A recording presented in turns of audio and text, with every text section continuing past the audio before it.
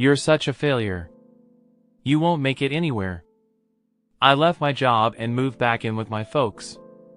Those words my boss used to say weighed heavily on me. But Mr. I'm here, little did I know meeting this young girl would change my life completely. My name is John Smith. I used to work for a small subcontracting company in the apparel industry. Now that I've left, I can see it was what you'd call an exploitative company. John, it's you again, you're seriously useless. The office was filled with yelling almost every day, and back then, I was too exhausted to even recognize something was wrong. The boss's yelling was a daily ritual. Many colleagues couldn't take the bullying and quit.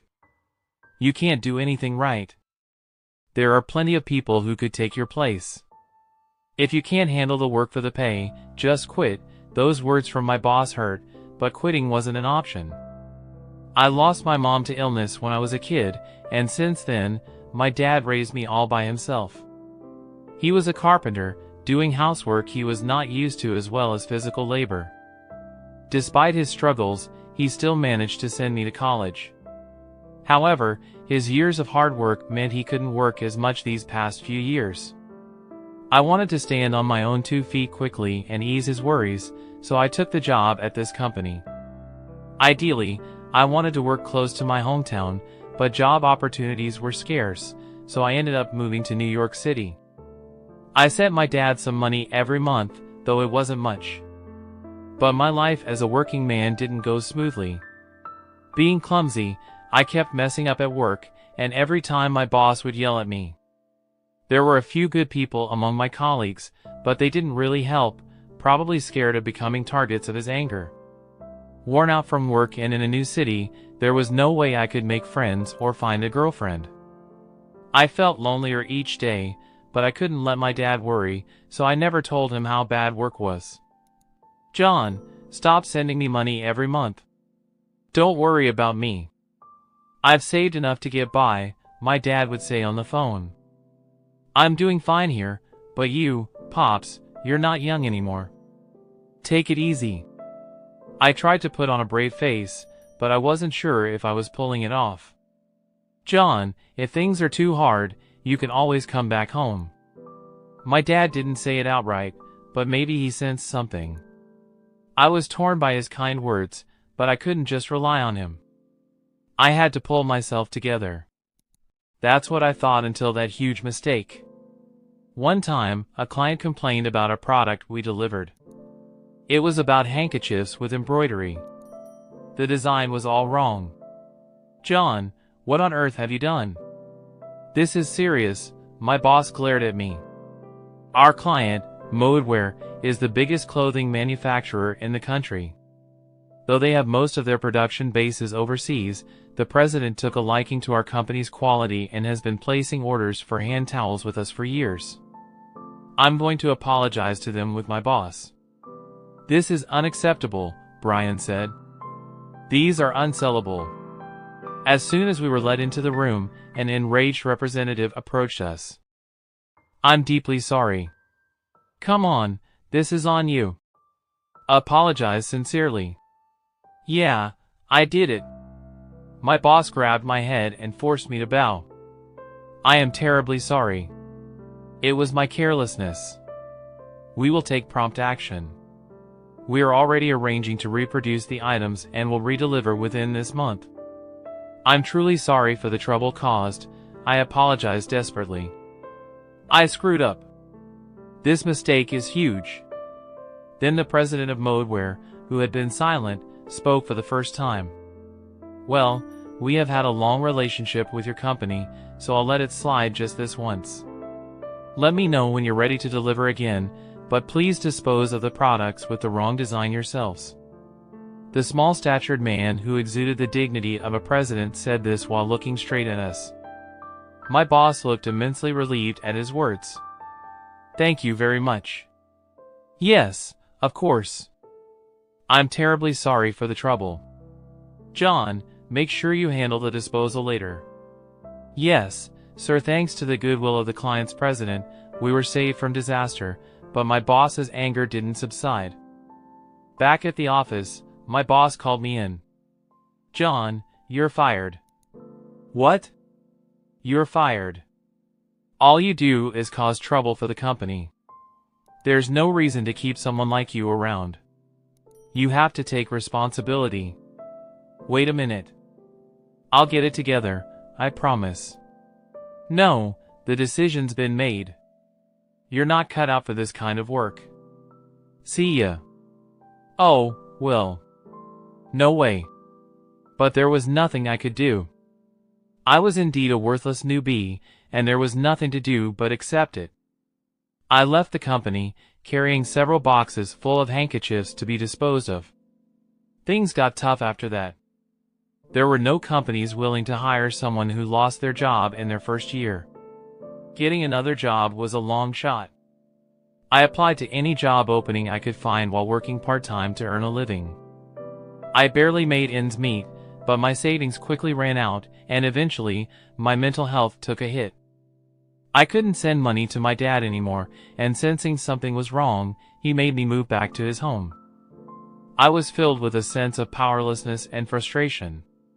When I was packing up my apartment in New York, I found a room full of handkerchiefs. I wanted to get rid of them earlier, but I couldn't bring myself to throw away something usable, so they just stayed there. The boxes of handkerchiefs symbolized my failure. When I arrived at the station closest to my parents' house, it felt like I hadn't been there for years. Away from the hustle and bustle of the city, my hometown is surrounded by nothing but pastoral landscapes.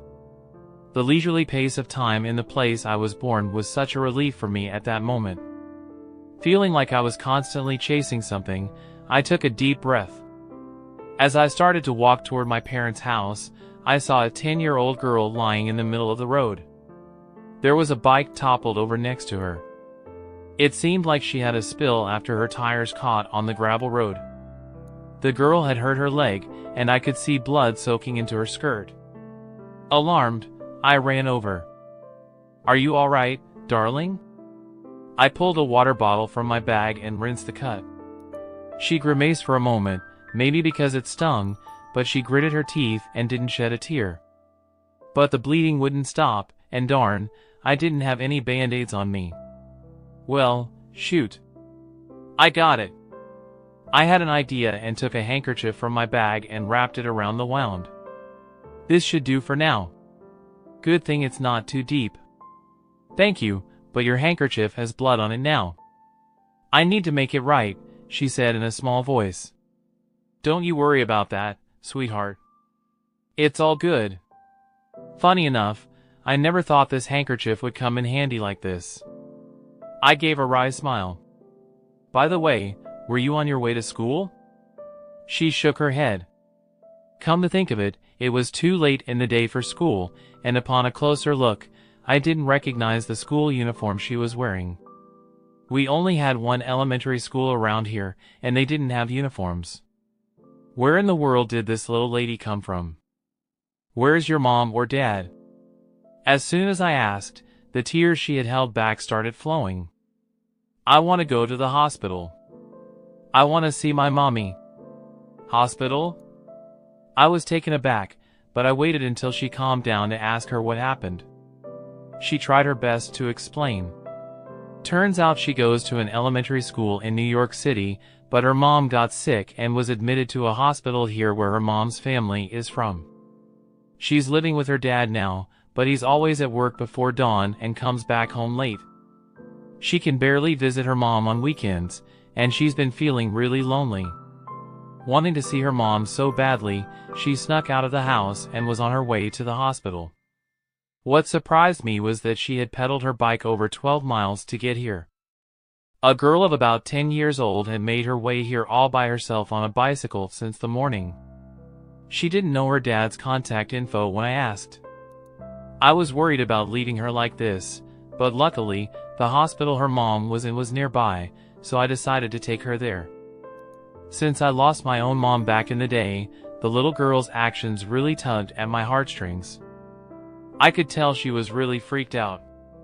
Seeing my younger self in her, I felt like I wanted to do something for her. When we got to the hospital, I explained the situation at the reception and left the girl in their care. Thanks, Mister, as I turned to leave, she kept waving at me. I felt good, like I actually helped someone for the first time in a while. All I could do now was pray that her mom would get better. After that, I got back to my folks' place, but job hunting still wasn't going so hot. To begin with, job opportunities were as scarce as hen's teeth around here. There was no way I'd find something easily. Above all, my confidence was down in the dumps. Can't have Dad worrying about me. Gotta stand on my own 2 feet, I kept telling myself. But the boss's words, "You're such a failure, you won't make it anywhere," always weighed heavily on my mind. In the end, I was just drifting along, living a deadbeat life at home. Then one day, the doorbell rang, and I heard, "Mister, I came to say thanks for the other day." It was the little girl. She came all this way to thank me. What a polite kid. That alone was a surprise, but what really blew me away came next. When I stepped outside, there was a man in a snazzy suit who seemed to be her dad standing next to the lively, smiling girl. My jaw dropped when I saw his face. What? What are you doing here? It was the president of Modeware. Mr. Smith, my daughter told me what you did for her. Thank you so much, he said, his eyes welling up. He explained what had happened that day. I got a voicemail saying my daughter didn't come to school, but I was too swamped to notice. Turns out it was quite a stir at the school. My wife called to say she was at the hospital, and when I heard she was hurt, my heart almost stopped. I had no idea she would try to go to the hospital on her own. I guess she's been really lonely without her mom. It showed how much I hadn't been there for her. I'm ashamed to say I failed as a father. I had no idea, but she was lucky to have met a kind soul like you. And who would have guessed it was you? No, it was nothing. But how did you know it was me?